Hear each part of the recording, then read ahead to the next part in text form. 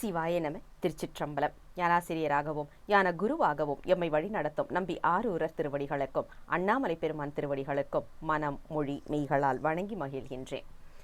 இன்றைய பன்முக நோக்கில் 9ஆம் திருமுறை என்ற இந்த அற்புதமான நிகழ்வு இன்று 148வது நிகழ்வாக அமைய இருக்கின்றது.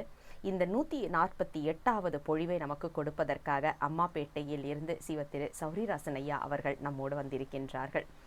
ஐயா அவர்களை அறிமுகப்படுத்தணும் அப்படின்னு சொல்லும் போதே ஐயா அவர்களை எப்படி நாம் அறிமுகப்படுத்துறது அப்படிங்கிற ஒரு எண்ணம் தான் மனசில் முதல்ல சாமி கொடுத்தாரு. ஏன்னா இன்றைக்கு வரைக்கும் சைவ சித்தாந்தமாக இருக்கட்டும், திருவாசகமாக இருக்கட்டும், நம்மள ஏதாவது ஒரு சந்தேகம் அப்படின்னா முதல்ல யூடியூப்பில் போய் தேடுறது ஐயாவுடைய பொழிவு இருக்கா அப்படின்னு சொல்லிட்டு. ஐயாவுடைய பொழிவு இருந்ததுன்னா ஒரு சந்தோஷம், சரி நம்ம கேள்விகளுக்கு பதில் கிடைச்சிரும் அப்படின்னு சொல்லிட்டு அதே மாதிரி கிடைக்கவும் செய்யும். அதுக்கு துணை கேள்விகள் இருந்தாலும் எல்லாத்தையும் அடித்து நிறவேற்றி அதில் பதில் சொல்லியிருப்பாங்க ஐயா அவர்கள். அப்படிப்பட்ட ஐயா 27 ஆண்டுகளாக சைவ சித்தாந்தம் பயிற்றுவித்து வருகின்ற அந்த அனுபவம், அதற்கு முன் பள்ளியில் ஆசிரியராக இருந்த அனுபவம், இது எல்லாம் சேர்ந்து இன்று ஐயாவுடைய மாணவர்களாக அவர் முன் உட்கார்ந்திருந்தாலும் சரி, அல்லது எங்களை மாதிரி வெளிநாட்டில் வெளியூரில் ஐயாவை பார்க்காமலே ஆனால் அவருடைய பொழிவுகளை கேட்டு அவரை மனதார ஆசிரியராக கொண்டு வாழ்ந்து கொண்டிருக்க எங்களுக்கும் சரி, ஐயா அவர்கள் மிக அழகாக வழி நடத்தி வருகின்றார்கள். இன்று அந்த ஒரு வாய்ப்பாக 9ஆம் திருமுறையில், அதாவது திருமாளிகை தேவர் திருப்பதிகங்களில் வர்ற சைவ சித்தாந்த கருத்துக்களை ஐயா அவர்கள் நமக்கு எடுத்து சொல்வதற்காக வந்திருக்கின்றார்கள். திருஆவடுதுறை ஆதீனத்தின் விருதுகளான சிவத்தமிழ் செல்வர், சித்தாந்த செம்மணி, சித்தாந்த வித்யாநிதி போன்ற பட்டங்களுக்கு சொந்தக்காரர்.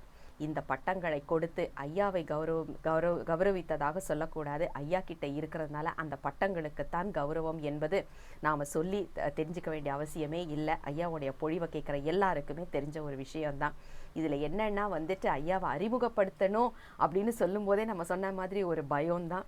அப்படிப்பட்ட சௌரிராசன் ஐயா அவர்கள் தான் இன்று நம்மோடு மிக அழகாக சைவ சித்தாந்த கருத்துக்களை சொல்லுவதற்காக இணைந்திருக்கின்றார்கள். ஐயா அவர்களை மனம் மொழி மெய்களால் வணங்கி வருக வருக என்று வரவேற்று மேடையை ஐயாவிடம் ஒப்படைக்கின்றேன். ஐயா சிவாய நம.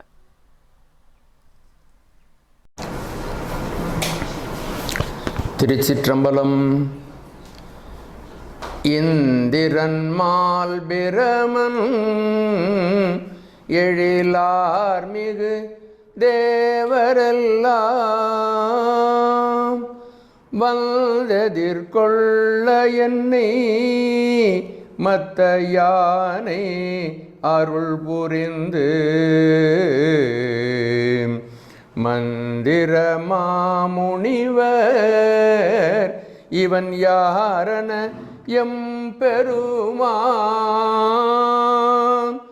நம் தமர் ஊரனென்றான் நொடித்தான் மலை உத்தமனே. நம் தமர் ஊரனென்றான் நொடித்தான் மலை உத்தமனே.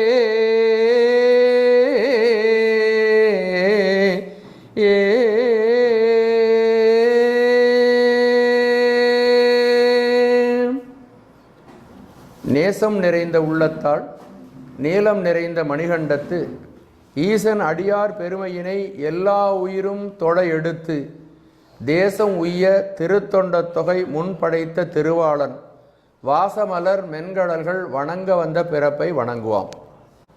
திருச்சிற்றம்பலம். நம் தமர் ஊரன் இலக்கிய ஆராய்ச்சி மையம் சிங்கப்பூர் அமைப்பு நடத்துகின்ற இந்த பன்முக நோக்கில் 9ஆம் திருமுறை என்ற இந்த தலைப்பில் இன்று பேச முற்படுகின்றேன்.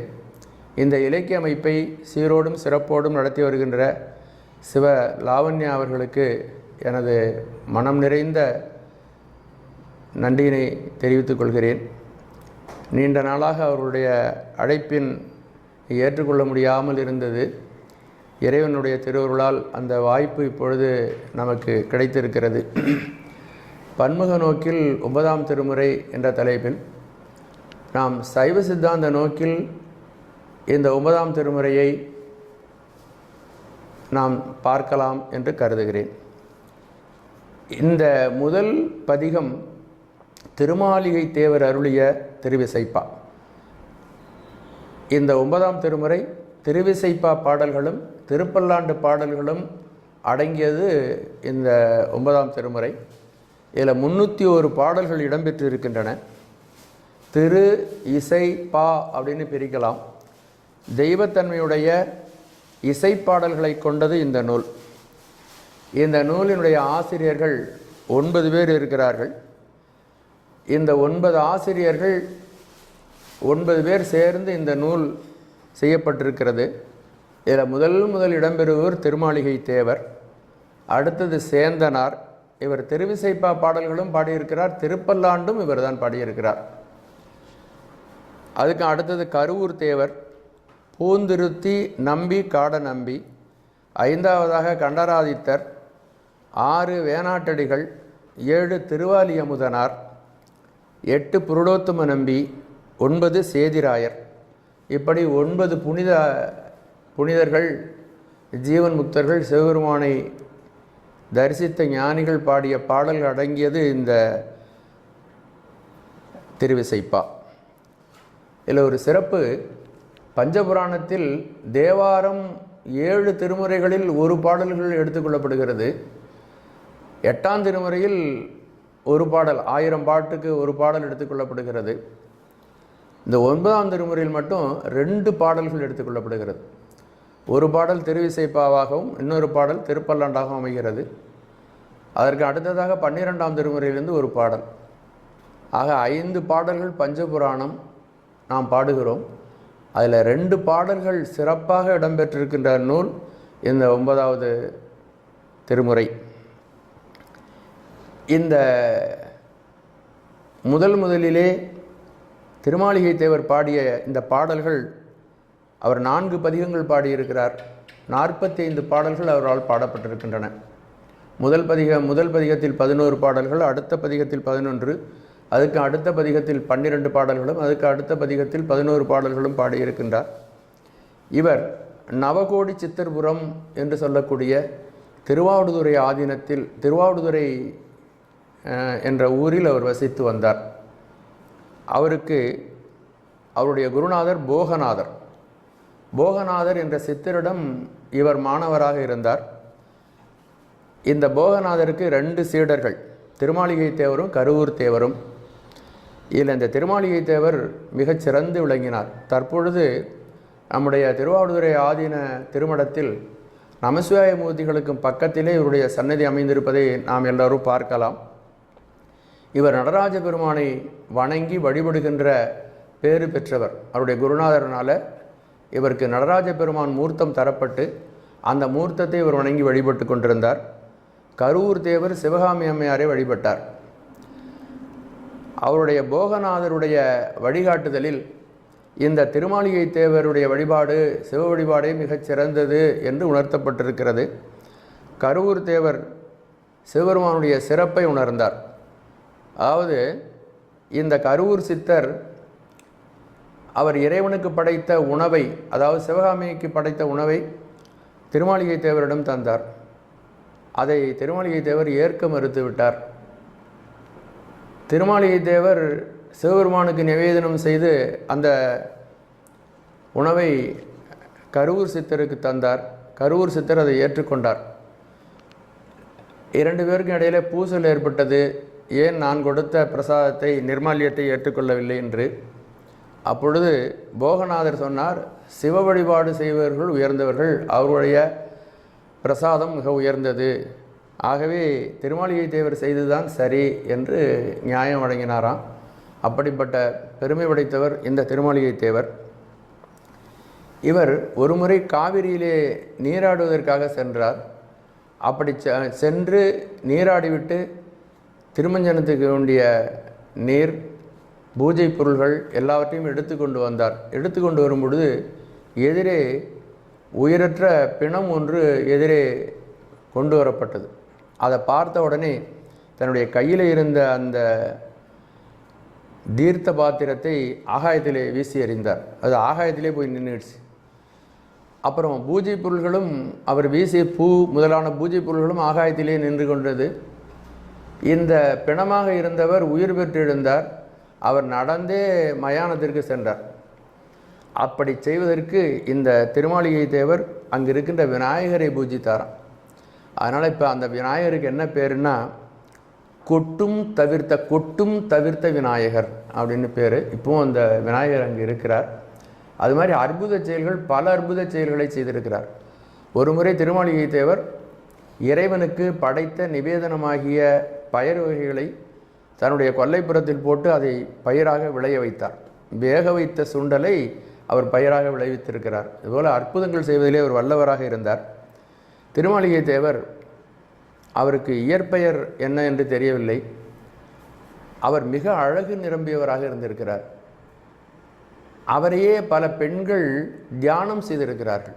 இவருடைய அழகை பார்த்து கவர்ந்து அந்த பெண்கள் அவரை பற்றி தியானம் செய்திருக்கிறார்கள். அதன் விளைவாக இந்த பெண்களுக்கெல்லாம் திருமாளிகை தேவரை போன்றே முக அழகுடைய குழந்தைகள் பிறந்திருக்கின்றன. உடனே அங்கே இருக்கின்ற அரசன் நரசிங்கன் என்று பெயர். அந்த நரசிங்கன் என்ற அரசன் இவ்வாறு இவர் தவறு செய்கிறார் என்று அவன் கருதிவிட்டான். அப்படி நினைத்து அவரை எப்படியாவது கட்டிப்பிடித்து அழைத்து வர வேண்டும் என்று ஏவலர்களையெல்லாம் அனுப்பினான். அவர்களெல்லாம் சென்று அவரை கட்டி வருவதற்கு பதிலாக ஒருவர் கட்டி கொண்டு இவனுக்கு முன்னாடி வந்து நின்றார்கள், நரசிங்கன் என்ற அரசனுக்கு முன்பு. உடனே இவர்கள் சரியாக செயல்படவில்லை அப்படின்னு சொல்லிட்டு படை வீரர்களை அனுப்பினானோம். அவர்கள் ஆயுதங்களோடு சென்று அந்த திருமாளிகை தேவரிடம் சென்றார்கள். அப்படி சென்றவுடனே இவர்களுக்கு ஒருவருக்கொருவர் வெட்டி கொண்டு மாய்ந்து இறந்து போனார்கள்.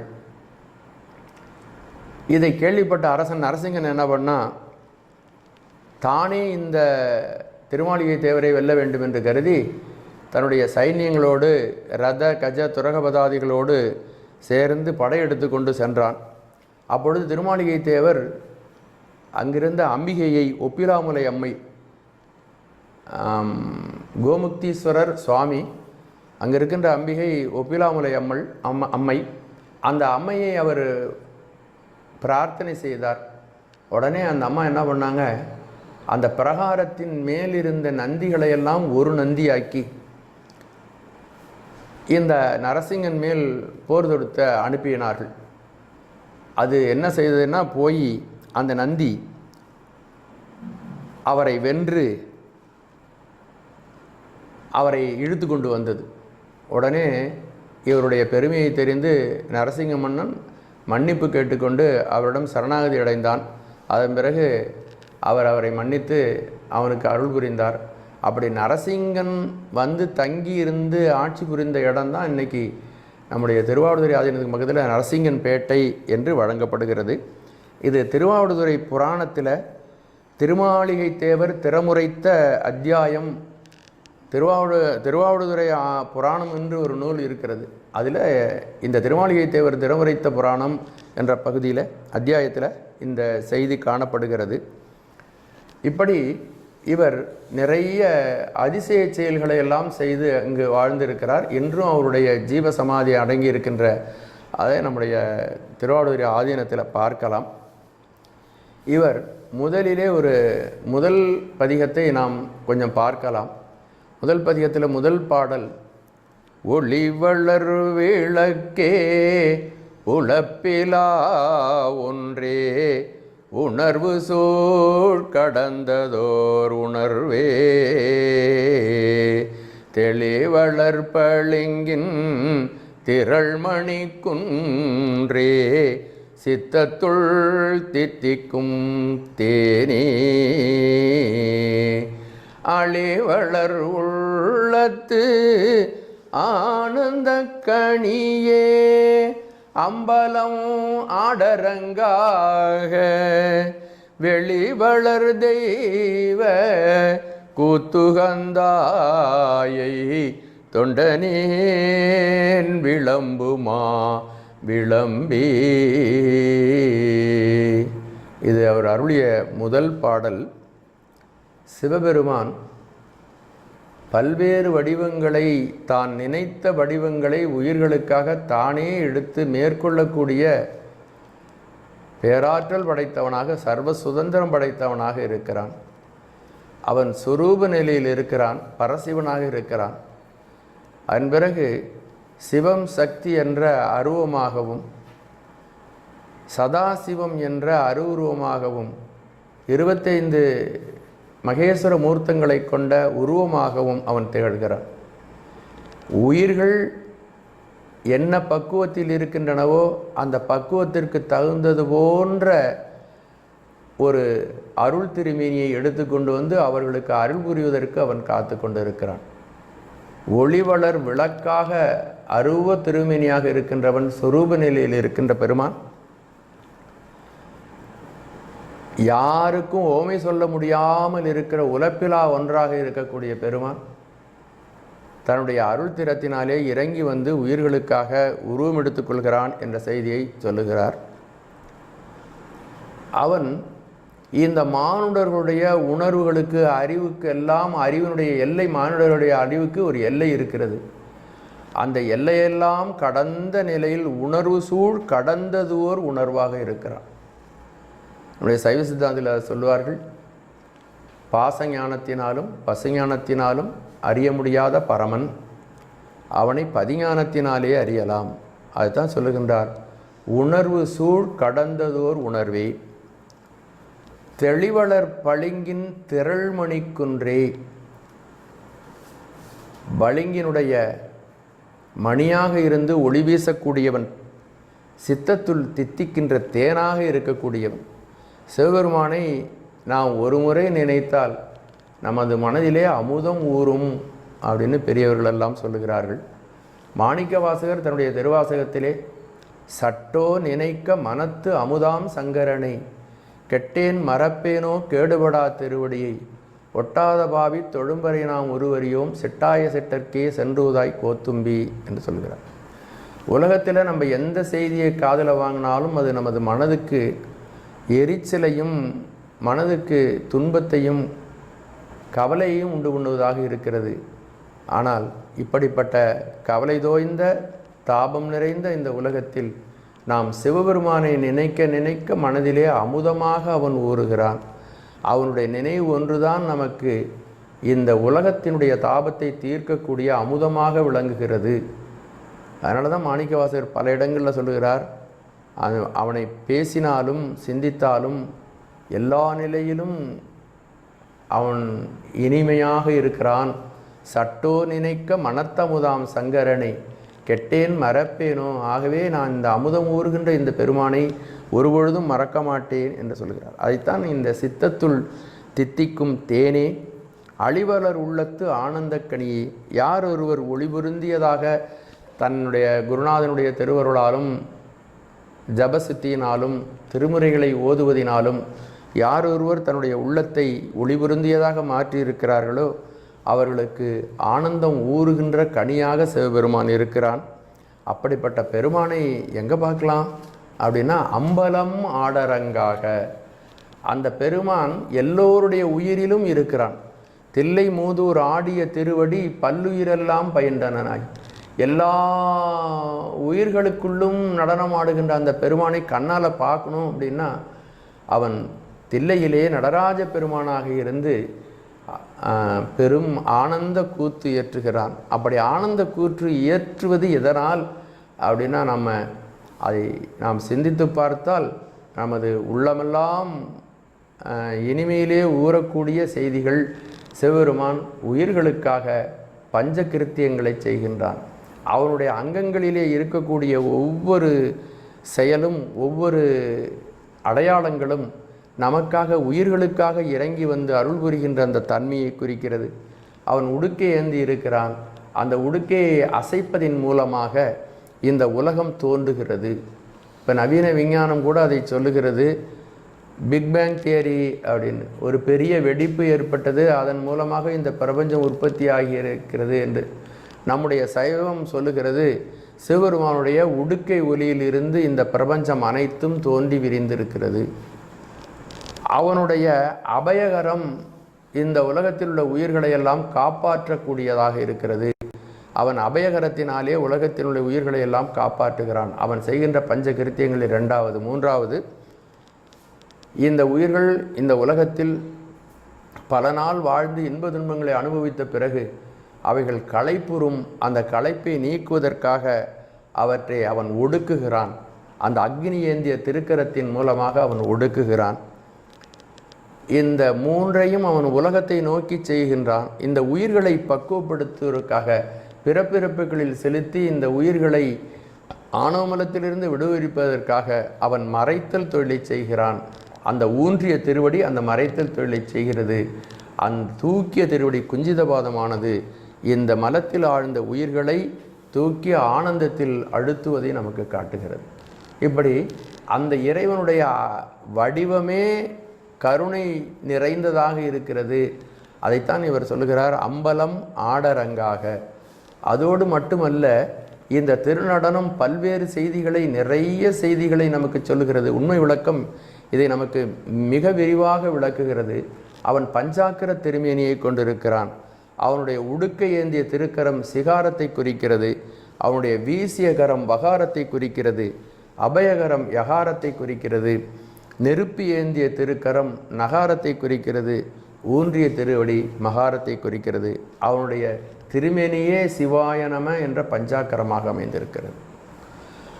ஆகவே இந்த பஞ்சாக்கர திருமேனியுடைய சிவபெருமானை நாம் பஞ்சாக்கரத்தை உபதேசமாக பெற்று அந்த திருவைந்தெழுத்தை ஓயாது ஜபித்து கொண்டிருந்தால் அவனுடைய திருவருளை நாம் பெறலாம் என்ற செய்தியை அம்பலம் ஆடரங்காக என்ற செய்தி நமக்கு சொல்லுகிறது. மேலும் இந்த அம்பலம் ஆடரங்காக என்ற சொல் பல்வேறு சிந்தனைகளை நமக்கு உண்டு பண்ணுகிறது. சுந்தரமூர்த்தி சுவாமிகள் முதலாக நடராஜ பெருமானை தில்லை சிற்றம்பலத்திலே சென்று தரிசிக்கிறார். அப்பொழுது அவர் தரிசனம் செய்கின்ற அந்த பாங்கு, அவர் எவ்வாறு தரிசனத்தில் ஈடுபட்டார் என்பதை சேக்கிழார் பெருமான் ஒரு பாடலிலே மிக அற்புதமாக சொல்ல ஓவியமாக வடித்திருக்கிறார். 5 பேர் அறிவும் கண்களை கொள்ள அளப்பெரும் கரணங்கள் 4 சிந்தையே ஆக குணமொரு 3 திருந்து சாத்விகமே ஆக இந்துவாழ் சடையானாடும் ஆனந்த எல்லையில் தனிப்பெரும் கூத்தின் வந்த பேர் இன்ப வெள்ளத்தில் திளைத்து மாறிலா மகிழ்ச்சியின் மலர்ந்தார். அப்போ சிவபெருமானை பார்த்தவுடனே சுந்தரமூர்த்தி சுவாமிகள் அவருடைய புலன்கள் ஒன்றி போய் விடுகின்றன. 5 புலன்கள் நம்மிடம் இருக்கின்றன. மெய்வாய் கண் மூக்கு செவி. இந்த 5 புலன்களும் கண்ணிலே வந்து நின்று விட்டது. கண் இறைவனை பார்க்கிறது, நடராஜமூர்த்தியை பார்க்கிறது. மீதி 4 புலன்களும் தன்னுடைய செயல்பாட்டை இழந்து விட்டது. கண் மட்டும் இறைவனை பார்க்கிறது. வேறு வேறு தொழில்படுகின்ற அந்த புலன்கள் வேறு வேறு செயல்களை செய்யாமல் இறைவனையே பார்த்து கொண்டிருக்கிறது. அந்த கரணங்கள் 4லே 4 விதமான செயல்களை செய்யக்கூடிய மனம் எந்த பொருளையும் பற்றும், புத்தி தீர்மானிக்கும், ஆங்காரம் உறுத்தெழும், சித்தம் நினைவை பதிவிக்கும். ஆகவே இந்த 4 தொழில்களை செய்யாமல் சித்தம் மட்டுமே தொழில்படுகிறது. சித்தத்தில் சிவபெருமானே நிறைந்திருக்கிறான். இந்த மனித உடலை இயக்குகின்ற 3 குணங்கள், சத்துவம், ராஜசம், தாமசம் என்ற 3 குணங்கள். இந்த 3 குணங்களும் தன்னுடைய தொழிற்பாடுகளை மறந்து, தாமச குணம் தன்னுடைய செயல்பாட்டை மறந்து விட்டது. ரஜோகுணம் தன்னுடைய செயல்பாட்டை தன்னுடைய செயல்பாட்டை இழந்து விட்டது. சத்துவ குணம் மட்டுமே மேலோங்கி நிற்கிறது. இப்படி வேறு வேறு திசைகளில், வேறு வேறு நிலைகளில், வேறு வேறு செயல்களை செய்கின்ற இந்த பொறிபுலன்களெல்லாம் ஒரே நிலையில், ஒரே நேர்கோட்டில் வந்துவிட்டன. இப்படி ஒரே நேர்கோட்டில் சித்தம் உருவப்பட்டு சிவபெருமானையே, நடராஜ பெருமானையே அவர் சிந்தித்து கொண்டிருக்கிறார். நடராஜ பெருமான் மிக எளிதாக அவருடைய உயிருக்குள்ளே நுழைந்து விட்டான். அப்படி நுழைந்ததன் காரணமாக அவருக்கு ஆனந்தம் பெருக ஆரம்பித்து விட்டது. எல்லையில்லாத ஆனந்தம் சுந்தரமூர்த்தி சுவாமிகளுடைய உயிரிலே நிறைந்தது. அந்த ஆனந்த வெள்ளத்தில் அமிழ்ந்தி மாறிலா மகிழ்ச்சியின் மலர்ந்தார் என்று இந்த செய்தியை சொல்லுகிறார். நாம் எப்படி வழிபாடு செய்ய வேண்டும் என்பதற்கு எடுத்துக்காட்டாக சுந்தரமூர்த்தி சுவாமிகள் அம்பலம் ஆடரங்காக என்று நம்முடைய திருமாளிகை தேவர் சொன்ன ஒரு வரியிலே எப்படி வழிபாடு செய்ய வேண்டும் என்பதை சேக்கிழார் பெருமான் மிக விரிவாக சுந்தரமூர்த்தி சுவாமிகள் எப்படி வழிபாடு செய்தார் என்பதன் மூலமாக நமக்கு உணர்த்துகிறார். 5 பேரறிவும் கண்களே கொள்ள அளப்பெரும் கரணங்கள் 4 சிந்தையாக குணமொரு 3 திருந்து சாத்விகமையாக இந்துவாழ் சடையான் ஆடும் ஆனந்த எல்லையில் தனிப்பெரும் கூத்தின் வந்த பேரின்ப வெள்ளத்தில் திளைத்து மாறிலா மகிழ்ச்சியின் மலர்ந்தார் என்று. இவ்வாறு நாம் இந்த முதல் பதிகம் கோயில், இந்த 4 பதிகங்களுமே கோயிலை பற்றித்தான். சைவர்களுக்கு கோயில் என்றாலே சிதம்பரம். அந்த சிதம்பரத்தை பற்றி பாடக்கூடிய பாடல்கள் தான் அந்த 44 பாடல்களும் திருமாளிகை தேவர் பாடியிருக்கிறார்கள்.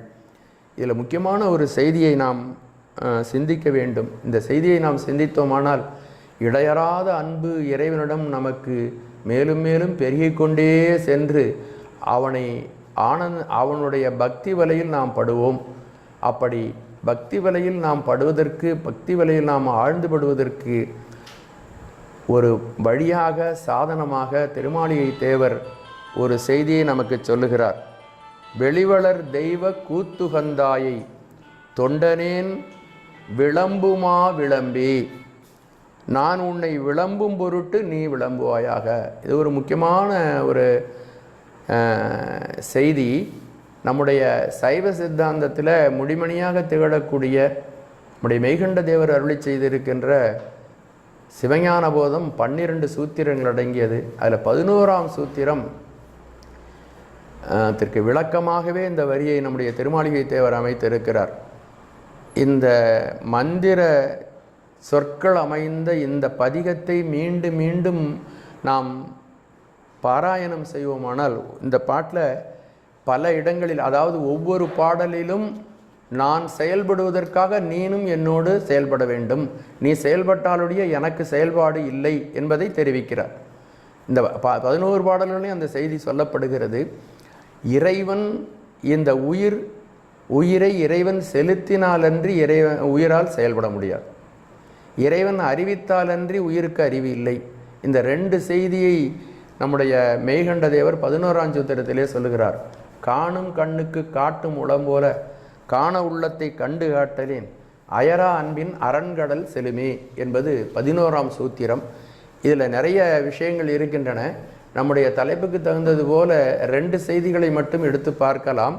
உயிருக்கு சிவபெருமான் செய்கின்ற உபகாரங்களில் மிக மிக மிக மிக உயர்வான உபகாரம் என்னென்னா காட்டும் உபகாரம், காணும் உபகாரம். 2 உபகாரம். இந்த 2 உபகாரத்தை நாம் எவ்வளவுக்கு எவ்வளவு ஆழ்ந்து சிந்திக்கிறோமோ அந்த அளவுக்கு நாம் இறைவன் மீது மிதூர்ந்த அன்பு நமக்கு ஊறிக்கொண்டே இருக்கும். அதனால் சாதகர்களாகிய நாம் தினந்தோறும் இந்த இறைவன் செய்கின்ற இந்த அருளிப்பாட்டை, இந்த உபகாரங்களை நாம் சிந்திக்க வேண்டியவர்களாக இருக்கிறோம். அதை நம்முடைய திருமாளிகை தேவர் இந்த 11 பாடல்களிலும் சொல்லி இருக்கிறார்கள்.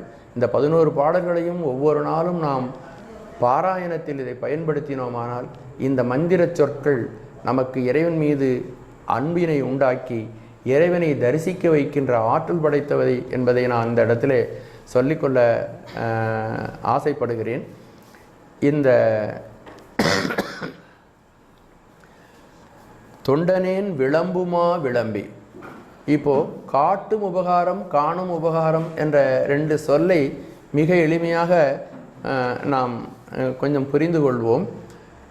நம்முடைய கண் இருக்கிறதே, அந்த கண் பார்க்கக்கூடிய ஆற்றல் படைத்தது. அப்படி பார்க்கக்கூடிய ஆற்றல் இருந்தாலும் கூட அந்த கண்ணுக்கு வேறொன்றினுடைய ஒளி தேவை. இப்பொழுது உதாரணமாக நான் சொல்கிறேன் பாருங்கள். இப்போ நம்ம கண்ணால் பார்க்குறோம், இருட்டில் கண்ணால் பார்க்க முடியுமா அப்படின்னா கண்ணால் பார்க்க முடியாது. அப்போ கண் பார்க்கறதுக்கு வேறொன்று உதவி தேவைப்படுகிறது, ஒரு வெளிச்சம் தேவைப்படுகிறது. அது எந்த வெளிச்சமாக வேண்டுமானாலும் இருக்கலாம்.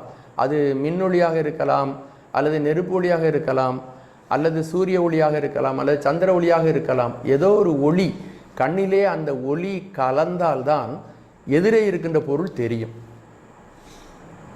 அதுபோல இந்த உயிர் இருக்கிறதே, உயிருக்கு அறிவு இருக்கிறது. இந்த அறிவோடு இறைவன் கலந்தில்லாவிட்டால், இறைவனுடைய அறிவு கலந்திருக்காவிட்டால் நமக்கு எந்த பொருளும் நமக்கு தெரியாது. ஆகவே இந்த பொருள்களை காட்டுவதற்காக இறைவன் உயிரோடு கலந்திருக்கிறான். அப்படி கலந்திருப்பது நமக்கு தெரியல. இப்போ கண்ணோடு ஒளி கலந்திருப்பது நமக்கு தெரிகிறது, உதாரணம் நம்ம புரிந்து கொண்டோம். ஆனால் உயிரோடு இறைவன் கலந்திருக்கிறானான்னு நமக்கு தெரியல. ஆனால் உயிருக்கு அறிவித்தாலன்றி அறியாத உள்ளங்கள் என்று நம்முடைய மெய்கண்டார் சொல்லுவார். அறிவித்தால் மட்டுமே அறியக்கூடியது உயிர். இந்த கண்ணுக்கு இந்த உயிரோடு இறைவன் கலந்து நின்று பொருள்களை அவன் முதலிலே காட்டுகிறான். அப்படி காட்டினது மட்டும் பொருள் கண்டால் மட்டும் போதாது. பொருள் நம்ம கண்ணுக்கு தெரியுது, ஆனால் அந்த பொருள் என்ன பொருள் என்று தெரியவில்லை, அது நம்முடைய அனுபவத்திற்கு வராமல் இருக்கிறது. இப்பொழுது நாம் சாதாரணமாக வேறு நினைவிலே நம்ம கடத்தருக்கு போயிட்டு இருக்கிறோம், நம்ம கடத்தரில் நடந்து போய் கொண்டு இருக்கிறோம். எதிரே யாராவது வந்தால் நம்ம வேறு சிந்தனையில் சென்றால் எதிரே வர்றவங்க நம்ம கண்ணில் படுவாங்க, ஆனால் நம்ம அவங்க யாருன்னு நம்ம அவங்கள ரெகக்னைஸ் பண்ணிக்க மாட்டோம், அவங்கள நம்ம அறிந்து கொள்ள மாட்டோம். அப்போது அதை தெரிந்து கொள்வதற்கு கண்ணோடு சேர்ந்து உயிரறிவும் அந்த கண்ணோடு சேர்ந்து அந்த பொருளிலே சென்று பற்ற வேண்டும். அப்போ இறைவன் கண்ணிலே இருக்கின்ற இருட்டை நீக்கி ஒளியை உண்டாக்கி பொருளை காட்டுகிறான். அதோடு மட்டுமல்லாமல் கண்ணோடு சேர்ந்து அந்த பொருளையும் பற்றி பொருள் என்ன பொருள் என்று அந்த ஒளி காட்டுவது போல இறைவன் என்ன செய்கிறான்னா, உயிருக்கு பொருள்களை உயிரோடு கலந்திருந்து காட்டி அந்த உயிர்கள் அந்த பொருளை அனுபவிக்குமாறு உயிரோடு சேர்ந்து அவனும் சென்று அந்த பொருளை அனுபவிக்கிறான். அவன் அனுபவிக்காவிட்டால் உயிருக்கு அந்த அனுபவம் தெரியாது. இப்போ ஒரு உதாரணத்தின் மூலம் பார்த்தோமானால் எப்படி கண்ணோடு சேர்ந்து இந்த உயிரறிவு செயல்படுகிறது அப்படின்னு பார்த்தோம்னா, நம்ம உட்காந்து ஏதாவது ஆழ்ந்து ஒரு கவனத்தில் இருக்கிறோம், ஒரு புத்தகத்தை படித்து கொண்டு இருக்கிறோம். யாராவது எதிர வந்து உட்கார்ந்தா அல்லது நமக்கு வேண்டிய உணவுப் பொருட்களை கொண்டு வந்து மேஜை மேலே வச்சுருந்தா கூட நம்ம அதை உணர்வதில்லை. ஏன் உணர்வதில்லைன்னா, நாம் வேறொரு கவனத்தில் இருக்கிறோம். வேறொரு கவனத்தில் இருக்கும் பொழுது அந்த பொருள் இருப்பது நமக்கு தெரிவதில்லை, வேறு சப்தம் கேட்டால் கூட தெரிவதில்லை. அந்த அளவுக்கு இதில் நம்ம ஆழ்ந்து போயிருக்கிறோம். ஒரு பேப்பர் படிப்பதிலேயோ ஒரு புத்தகம் படிப்பதிலேயோ ஆழ்ந்து போயிருக்கிறோம். அந்த நேரத்தில் மறுபடியும் அந்த கவனம் நீங்கிய உடனே ஆஹா உணவு வந்திருக்கிறது என்று நாம் உணர்கிறோம்.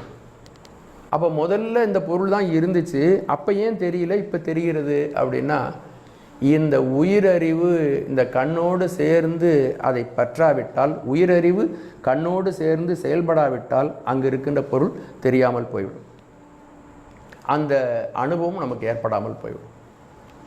அப்படி சிவபெருமான் என்ன செய்கிறார் அப்படின்னா, உயிர்களுக்கு முதலிலே பொருள்களை காட்டுகிறார். பொருள்கள் அனுபவிப்பதற்காக இந்த உயிரோடு சேர்ந்து அந்த பொருளும் சேர்ந்து அனுபவிக்கிறார். அனுபவித்து அந்த அனுபவத்தை நமக்கு தருகிறார்.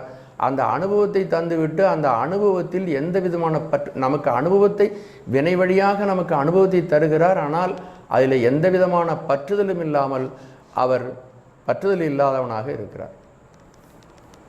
ஆகவே இந்த பாடலில் தொண்டனேன் விளம்புமா விளம்பி, நான் விளம்புவதற்காக என்னுடைய நாக்கு அசைய வேண்டுமானால் பெருமானே, நான் நினைத்தால் இந்த நாக்கு அசையாது, என்னுடைய நாக்கோடு சேர்ந்து நீனும் அசைய வேண்டும்.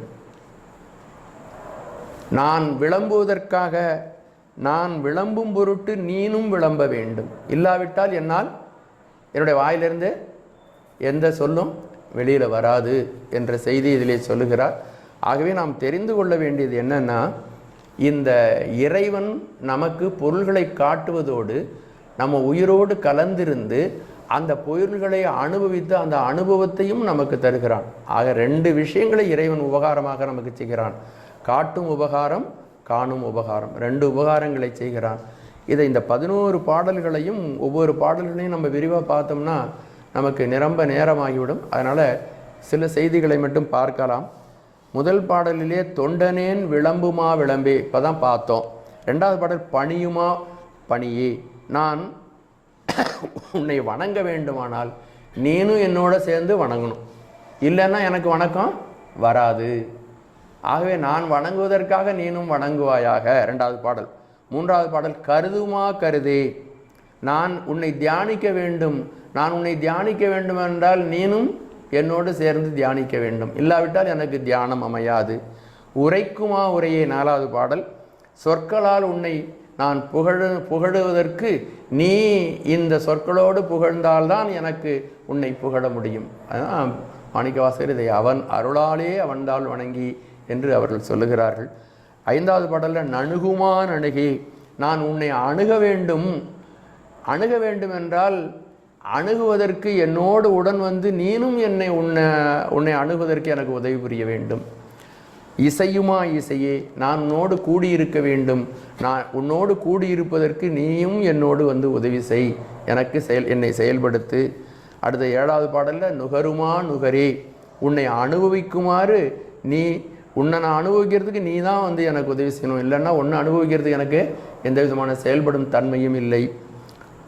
8வது பாடல் புணருமா புணர், உன்னை நான் கலந்து ஆனந்த அனுபவத்தை அனுபவிக்க வேண்டும். உன்னை கலப்பதற்கு நீயும் என்னோடு சேர்ந்து உன்னோடு கலக்க வேண்டும் என்று சொல்கிறார். அடுத்தது தொடருமா தொடரே, விரும்புமா விரும்பே, நினையுமா நினையே என்று 11 பாடல்களிலும் இந்த இறைவன் காட்டும் உபகாரம் காணும் உபகாரம் இரண்டையும் மிகச் சிறப்பாக சொல்லியிருக்கிறார். மந்திர ஆற்றல் படைத்த இந்த பாடல்களை நாம் ஓத ஓத இறைவன் நமக்கு எல்லா பொருள்களையும் காட்டுவதையும் நம்மோடு உடன் வந்து நம்மை செயற்படுத்துவதையும், அதாவது அறிவித்தால் அறியக்கூடியது உயிர், செலுத்தினாலன்றி செயல்படாதது உயிர். ஆகவே 2ஆகவும் சிவபெருமான் இருக்கிறான். நம்மை அவன் அறிவிக்கிறான், அதோடு கூட நம்ம செலுத்துகிறான், செலுத்தி நமக்கு அனுபவத்தை தருகிறான். இப்படிப்பட்ட பேருபகாரத்தை அவன் செய்யாவிட்டால் இகலோகத்தில் நம்ம எந்த விதமான இன்பத்தையும் நம்மாலே அனுபவிக்க முடியாது, பரலோகத்தில் அவனையும் கூட அனுபவிக்க முடியாது. ஆகவே எல்லாவற்றுக்கும் அவனே மூலமாக இருக்கிறான், அவனே எல்லாவற்றுக்கும் ஆதாரமாக இருக்கிறான், அவனே நமக்கு பிரபு. நாம் அவனை அல்லாமல் நமக்கு வேறொரு கதி இல்லை என்பதை திருமாளிகை தேவர் இந்த 11 பாடல்களிலும் மிக அற்புதமாக விளக்கி இருக்கிறார். இன்னும் ஒரு பாடல் மட்டும் பார்த்துட்டு இந்த பதிகத்திலிருந்து அடுத்த பதிகம் செல்லலாம். தனதனத்தோழா சங்கரா சூலபாணியே தானுவே சிவனே, கனகனற்றூணே கற்பக கொழுந்தே, கண்கள் 3 கரும்பே, அனகனே குமரவிநாயக ஜனக அம்பலத்து அமரசேகரனே, நுணகடல் இணையின் நெஞ்சினுள் இனிதாய் தொண்டனே நுகருமான் நுகரே. ஆகவே திருமாளிகை தேவரை நாம் சிந்திக்கின்ற இந்த நன்னாளில் அவருடைய குருநாதனாக இருந்து நமக்கு இன்றும் அருளாசி புரிந்து வருகின்ற அவருடைய கருணையினாலே இறைவன் நமக்கு காட்டுகின்ற உதவியையும் காணுகின்ற உபகாரத்தையும் அருள வேண்டும் என்று பிரார்த்திப்போம். இவருடைய ஒவ்வொரு பாடல்களையும் கூட நாம் இவ்வாறு விரிவாக பார்க்கலாம். அடுத்த பதிகத்தில் சுவாமியை பாதாதி கேசமாக வர்ணித்திருக்கிறார். பாதத்திலிருந்து கேசம் வரையிலும் எப்பொழுதும் சிவபெருமானை நாம் சிந்திக்கும் பொழுது அவருடைய முழு அருள் திருமேனியை நாம் மனதுக்குள்ளே கொண்டு வர வேண்டும். அப்படி மனதுக்குள்ளே கொண்டு வருவதற்கு நம்முடைய ஜீவ பிரயத்தனம் போதாது. ஆகவேதான் பெரியவர்கள் தியான ஸ்லோகம் என்று சொல்லி வைத்திருக்கிறார்கள். இறைவனுடைய முழு வடிவத்தையும் பாடல்களிலே சொல்லோவியமாக கொண்டு வந்திருக்கிறார்கள். அப்படி கொண்டு வந்திருக்கின்ற அந்த பாடல் இந்த 2வது பதிகத்தில் இறைவனை திருவடியிலிருந்து திருமுடி வரையிலும் இந்த 11 பாடல்களில் மிக அழகாக விவரித்திருக்கிறார்கள். நமக்கு இருக்கின்ற அந்த நேரத்தில் அதை முழுமையாக நாம் சிந்திக்க முடியாது. ஒரு பாடல் 2 பாடலை பார்க்கலாம். இந்த நம்ம இறைவனுடைய திருமேனியை நாம் சிந்திக்கும் பொழுது அந்த திருமேனி எப்பேற்பட்டது, எவ்வளவு உயர்வானது, எவ்வளவு சிறப்பானது என்பதை நாம் சிந்திக்க வேண்டும். அது நம்மை போன்ற பூத பௌதீக தேகமில்லை, மாயையினால் உருவாக்கப்பட்டது அல்ல என்பதை நாம் தெளிவாக உணர்ந்து கொள்ள வேண்டும். சிவபெருமான் உயிர்களை உய்விப்பதற்காக அவன் தானே மேற்கொள்ளுகின்ற அருள் திருமேனி, அருளால் அந்த திருமேனியை அவன் மேற்கொள்ளுகிறான். அதனால் அந்த திருமேனிக்கெல்லாம் அருள் திருமேனின்னு பேர். அவன் அருளால் நம்முடைய உயிர்களுக்கு பஞ்ச கிருத்தியங்களை செய்கிறான். அதனால் அருட்செயல்கள் என்று அதை நாம் சொல்ல வேண்டும். அருள் திருமேனி அருட்செயல்கள். அவனுடைய உடம்பிலே இருக்கக்கூடியவைகளெல்லாம் ஏதோ நாம் இந்த உலகத்தில் பார்க்கின்ற பொருள்கள் என்று கருதக்கூடாது. அவன் மானை வைத்திருக்கிறான், மழுவை வைத்திருக்கிறான், நம்மை போன்று 2 கண்கள் இருக்கின்றன அப்படின்லாம் நம்ம அதை சாதாரணமாக நினைத்து விடக்கூடாது. அவைகள் அருள் திருமேனி. தனக்கு ஒன்று இன்றி, சித்தியாரில் ஒரு அற்புதமான பாடல், தனக்கு ஒன்று இன்றி, தனக்குன்னு ஒன்று இல்லாமல் அருளுரு உயிர்க்கு என்றே, அருள் உரு உயிர்க்கு என்றே அவனுடைய திருமேனி முழுதும் உயிர்களுக்கானது. ஆக்கினான் அச்சிந்தனன்றே. அச்சிந்தன்னா சிந்தனை கெட்டாத பரம்பொருளாகிய சிவபெருமான் தன்னுடைய திருமேனி முழுதையும் உயிர்களுக்காக ஆக்கி வைத்திருக்கிறான். இந்த உயிர்களெல்லாம் மனம் படைத்தது, உருவம் படைத்தது.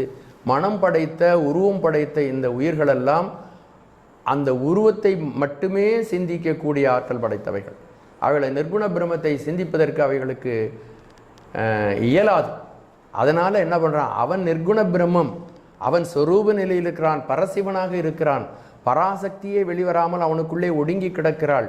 அப்படிப்பட்ட பரசிவம் இந்த உயிர்களை உயிர்ப்பதற்காக அவன் இந்த மண்ணுலகத்திற்கு இறங்கி வருகிறான். வான் பழித்து இம்மன் புகுந்து மனிதரை ஆட்கொண்ட வள்ளல் என்று மணிவாசக பெருமான் இது சொல்லி அருள்கிறார்கள். ஐராவணம் ஏறாது ஆண் ஏறி அமரர் நாடாளாதே ஆரூர் ஆண்ட நம்முடைய அண்ணல் சிவபெருமான். அவன் இந்த உயிர்களுடைய நன்மைக்காக அவன் ஒவ்வொரு உயிரிலும் கூட அவன் குடியிருக்கிறான். தேனாடு கொன்றை சடைக்கணிந்த சிவபெருமான் உன்னாடி நாடி வந்து உள்புகுந்தான் உலகர் முன்னே. நான் ஆடி ஆடி நின்று ஓலமிட நடம்பையிலும் வானாடர் ஓவுக்கே சென்றுவதாய் கோத்தும்பி என்று ஒரு பாடலிலே மணிவாசக பெருமான் சொல்லுகிறார். அப்போ சிவபெருமான் தன்னுடைய யதாஸ்தானத்திலிருந்து இந்த உயிர்களுடைய நன்மைக்காகவே உருவம் தாங்கி இருக்கிறான். அப்படி உருவம் தாங்கி இந்த மண்ணுலகத்தில் அவன் வந்திருப்பது புனிதமான அந்த அருள் திருமேனியை நாம் எவ்வளவு சிந்திக்கிறோமோ சிந்திக்க சிந்திக்க சிந்திக்க நாம் மேன்மையுறுவோம். ஒரு அடுப்பு கரையானது நெருப்போடு இணைந்து அதை விசிறும் பொழுது குருநாதனுடைய அருளாலும் நாம் திருவைந்தெழுத்தினாலும் திருமுறைகளினாலும் அதை விசிறிக்கொண்டே இருக்கும் பொழுது அந்த கருப்பான அந்த கரிக்கட்டி கூட நெருப்பாவது போல நாம் சிவபெருமானை சிந்திக்க சிந்திக்க நாம் சிவமாம் தன்மை எய்துகிறோம். இதை நாம் இந்த உருவத் திருமேனி எடுத்திருப்பது நாம் செய்த பெரும் புண்ணியம். இதை நம்முடைய அருளாளர்களெல்லாம் வியந்து வியந்து சொல்லுகிறார்கள். அவனுடைய அங்கம் என்பது தலை, முகம், இதயம், இதெல்லாம் அங்கம், இதெல்லாம் அருள்.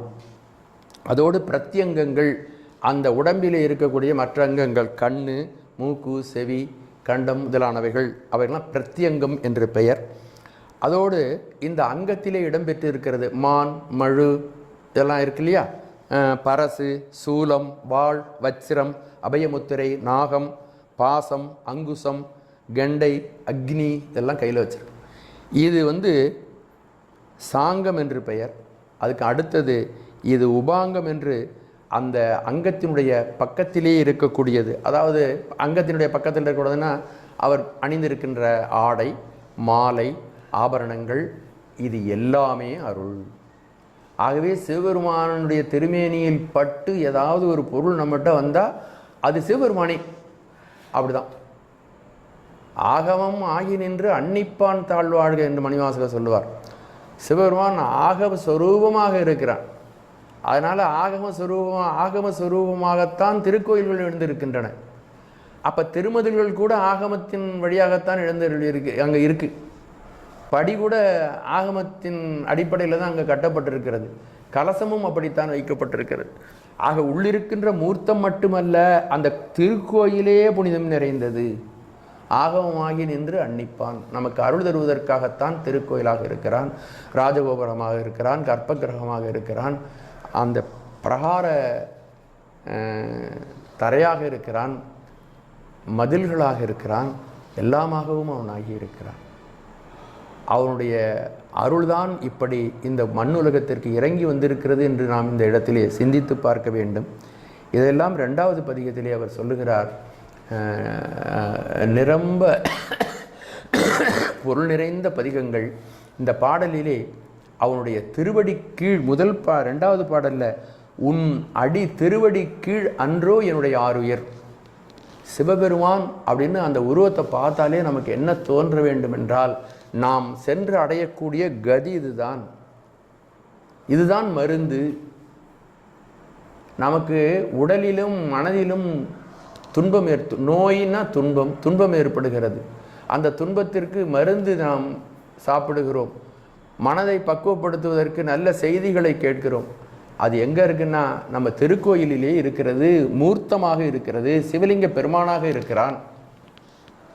மருந்து வேண்டில் இவை மந்திரங்கள் இவை புரிந்து கேட்கப்படும் புண்ணியங்கள் இவை திருந்து தேவன் கூடி தேவர் தேவைதிய அருந்தவ தோர்தொழும் அடிகள் வேடங்களே.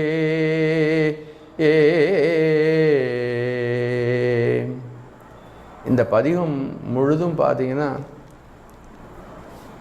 நம்ம உருவம் எடுத்துக்கொண்டு பெருமான் வந்து இங்கே கோயிலில் அப்படியே ஒரு சின்ன குழந்தை போல நம்ம கொடுக்குற ஒரு 4 முழ வேஷ்டியையும் ஒரு துண்டையும் கட்டிட்டு உட்கார்ந்துருக்காருன்னு எளிமையாக நினச்சிடக்கூடாது.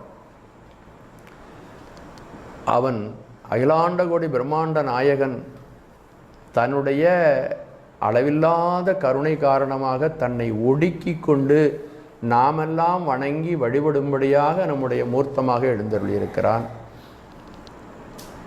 நமக்கு சமாதானம், நமக்கு துன்பத்தை நீக்கம் எல்லாவற்றுக்கும் அவன்தான், அந்த திருக்கோயிலில் இருக்கின்ற பெருமான் தான் காரணமாக இருக்கிறான். அவனே மருந்து, அவனே மந்திரம்.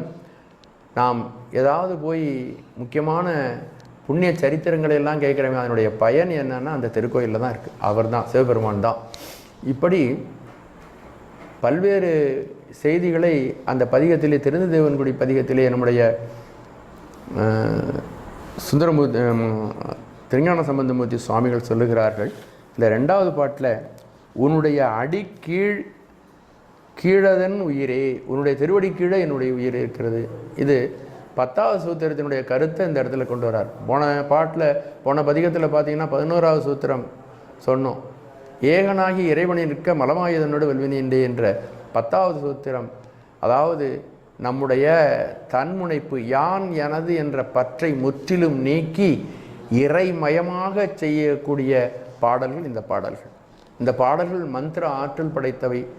நம்முடைய திருமாளிகை தேவர் அருளிய இந்த 2வது பதிகத்தை நாம் படிக்க படிக்க படிக்க நமக்கு இருக்கக்கூடிய ஈகோன்னு சொல்கிறோம் இல்லையா, ஆணவம், அந்த மலம், அதனுடைய தன்முனைப்பு, நான் செய்கிறேன் என்னால் ஆகிறது அப்படிங்கிற அந்த தன்முனைப்பு நம்மிடம் விட்டு நீங்கும். அப்படிப்பட்ட மந்திர ஆற்றல்களுடைய பாடல்.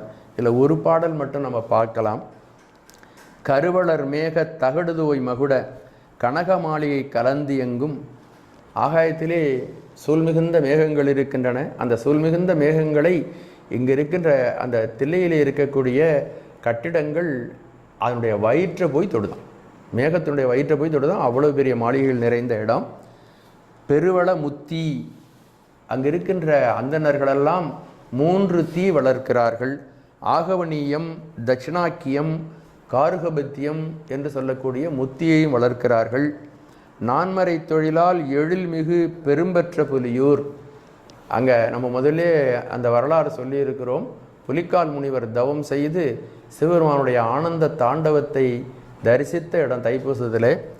அந்த திருவளர் தெய்வப்பதி திருவளர்கிறதாம், வளர்ந்து கொண்டே இருக்கிற திருவளர், அந்த வினைத்தொகை போட்டிருக்காங்க அங்கே.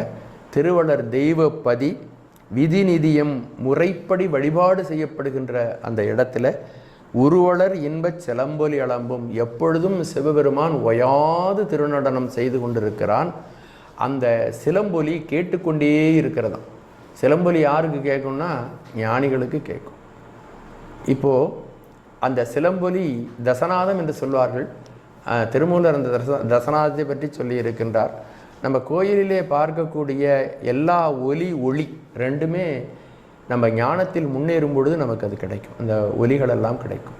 சங்கு ஊதுவதைப் போல. சங்கு கோயிலில் ஊதுறாங்கன்னா ஞானத்திலே நாம் முன்னேற முன்னேற நமக்கு அந்த ஒலி கேட்கும், கடல் அலை போல என்று தசநாதங்கள் சொல்லப்பட்டிருக்கின்றன. அதில் இங்கே சிலம்பொலியை சொல்லுகிறார் நம்முடைய திருமாளிகை தேவர். அப்படிப்பட்ட உனது அந்த சிலம்பொலியை அலம்புகின்ற அந்த திருவடி கீழ் எனது ஆறுயிர் ஒன்று கலந்து விட்டது, தன்முனை பற்றி உனது திருவடியிலே நான் ஒடுங்கி இருக்கிறேன் என்று அவனுடைய திருமடி மகிமையை 2வது பாடலிலே சொல்லுகின்றார். 10வது பாடலில் 11 பாடல் இருக்கிறது. 10வது பாடலில் ஏர்கொள் கற்பகம் ஒத்து இருசிலை புருவம் பெருந்தடங் கண்கள் மூன்றுடையன், கற்பக மரத்தை போன்று அழகு பொருந்தியவன், இருசிலை புருவம் பெருந்தடங்கண்கள் மூன்றுடையவன், 2 கண்கள் கண்மேலும் கண்ணொன்று உடையாய் போற்றி என்று மணிவாசக பெருமான் சொல்லுவார். அதுபோல முக்கண்கள் படைத்தவன், பேர்கள் 1000 100,000 பிதற்றும் பெற்றியோர் பெரும்பெற்ற புலியூர், அவனுக்கு ஓர் நாமம் ஓருருவம் ஒன்றுமில்லார்க்கு 1000 திருநாமம் பாடி தெள்ளியனும் கொட்டாமோ என்று மணிவாசக பெருமான் சொல்வது போல அவனுக்கு 1 நாமமா 2 நாமமா 1000 நாமமா 1000 நாமங்கள் பெரியவர்களெல்லாம் சொல்லி அவனை பெரும்பெற்ற புலியூரிலே போற்றி துதிக்கிறார்கள். அப்படிப்பட்ட பெருமான் அவனுடைய திருமுடி, முதல்ல ஒரு பாடல் உதாரணத்துக்காக அதை சொல்லியிருக்கிறேன். முதல்ல திருவடி பார்த்தோம், அந்த திருவடி கீழ் என்னுடைய உயிர் அடங்கிவிட்டது, நான் தன்முனை பற்றி உன்னுடைய திருவடியிலே அடங்கி இருக்கிறேன் என்றார். இங்கே திருமுடியை சொல்லுகிறார். சீர்கொள் கொக்கிரகும், அவனுடைய தலையிலே கொக்குடைய இறகு செருகப்பட்டிருக்கிறது, கொன்றை மலர் அணிந்திருக்கிறான், பஞ்சாட்சரமே வடிவான கொன்றை மலரை அணிந்திருக்கிறான், துன்று சன்னி சிற்றம்பல குத்தா நீர்கொள் செஞ்சடை, அவனுடைய திருமுடியிலே இந்த உலகத்தை உய்விப்பதற்காக கங்கையை தாங்கிய அந்த கோலம் தெரிகிறது. வாழ் புதுமதி மத்தம், கருணையே வடிவாக சந்திரனை தலையிலே சூடியிருக்கிறான், ஊமத்தமலரை அணிந்திருக்கிறான். அந்த வடிவம், இந்த சிறப்புகள் பொருந்திய இந்த திருமுடி நிகழ்ந்த என் சிந்தையுள் நிறைந்த, என்னுடைய சிந்தையிலே இது நிறைந்திருக்கிறது என்று சொல்லுகிறார். இந்த இடத்துல நம்ம ஒரு விஷயத்தை சிந்தித்து பார்க்க வேண்டும். நாம் சில பதிகங்களை படிக்கிறோம், படிக்கும் பொழுது அந்த படிகங்கள் என்ன அதனுடைய பொருள் என்பது விளங்காமலேயே படித்து முடித்து விடுகிறோம். ஆனால் அதில் ஒரு ரகசியம் இருக்கிறது, அதில் சில செய்திகளை சொல்லி இருக்கிறார்கள். உதாரணத்திற்கு ஒரு பாடலை சொல்லுகிறேன். நம்முடைய கோளறு பதிகத்தில் முதல் பாடல், ஒரு உதாரணத்துக்கு தான் அதை சொல்கிறேன். வேயுரு தோழி பங்கன் விடமுண்ட கண்டன் மிக நல்ல வீணை தடவி மாசரு திங்கள் கங்கை முடிமேலணிந்து என் உளமே புகுந்த அதனால் ஞாயிறு திங்கள் செவ்வாய் புதன் வியாழன் வெள்ளி சனி பாம்பிரண்டும் உடனே ஆசரு நல்ல நல்ல அவை நல்ல நல்ல அடியாரவர்க்கு மிகவே. திருச்சிற்றம்பலம். இந்த பாடல்ல அவர் என்ன சொல்ல வர்றாருன்னு பாருங்க. வேயுரு தோழி பங்கன் அம்பிகையை தனது இடபாகத்திலே கொண்டவன். அம்பிகையினுடைய தோள்கள் மூங்கிலை போன்று விளங்குகின்றன. வேயினா மூங்கில், மென்மையானது. ஆண்களுக்கு தோலை சொன்னால் மத்தளம் போன்றது அப்படின்னு சொல்லுவாங்க. பெண்கள் மென்மையானவர்கள். அதனால் வேயுரு தோழி பங்கன் விடமுண்ட கண்டன்.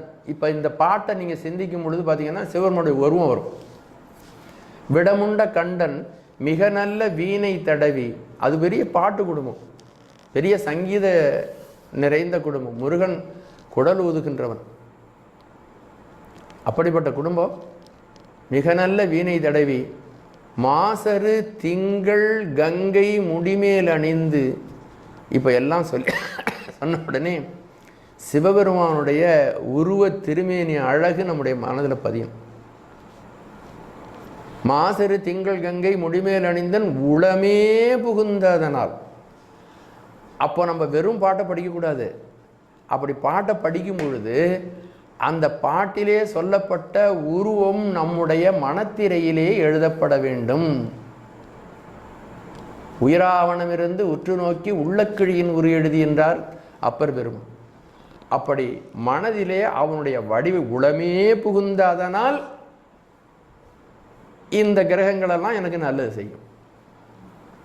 அவன் உளமே புகாம அவனை பற்றி சிந்திக்காம வெறும் ஏட்டில் படிச்சுட்டு நம்ம பாட்டுக்கு போயிட்டு இருந்தோம்னா நம்முடைய வினைகள் எப்படி தீரும்?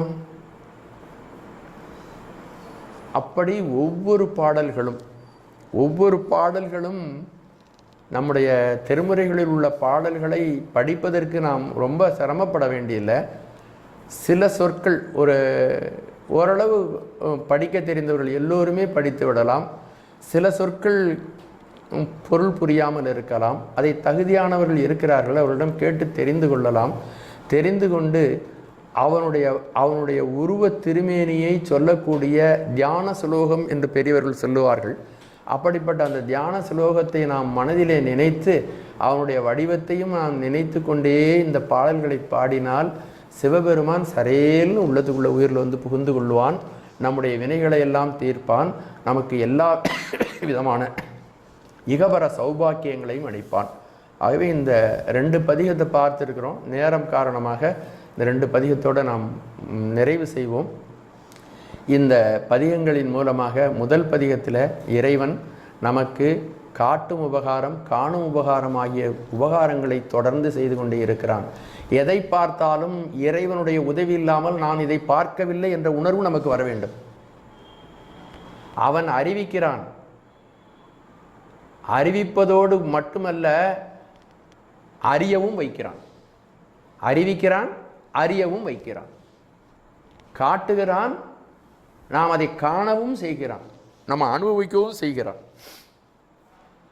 இந்த 2 உபகாரங்களையும், காட்டும் உபகாரம் காணும் உபகாரம் 2ஐயும் நாம் சிந்திக்க வேண்டும். அடுத்ததாக இறைவனுடைய உருவத் திருமேனி புனிதம் நிறைந்தது, நம்முடைய துன்பத்தை நீக்க வல்லது, இடையறாது சிந்திப்பதற்குரியது. நாம் கடை தேர வேண்டுமென்றால் அவனுடைய திருவடிவம் திருவுருவத்தை திருவடியை நாம் பற்றி கொண்டு நாம் இந்த பிறவிக்கடலிலிருந்து நீந்தி வெளியே வருவதற்கு அவைகளே நமக்கு திருவடிகளே நமக்கு பெரிய சாதனமாக இருக்கிறது. பிறவி பெருங்கடல் நீந்துவர் நீந்தார் இறைவனடி சேராதார் என்று திருவள்ளுவர் பெருமானும் இதை சொல்லியிருக்கிறார். ஆகவே இந்த கருத்துக்களை சிந்திப்போம். நாம் இந்த 9ஆம் திருமுறையில் இந்த கருத்துக்களை எல்லாம் சிந்திப்பதற்கு நமக்கு வாய்ப்பு தந்த சிவலாவண்ய அருள் அவர்களுக்கு எனது நன்றியை தெரிவித்துக்கொண்டு நிறைவு செய்கிறேன். நன்றி, வணக்கம்.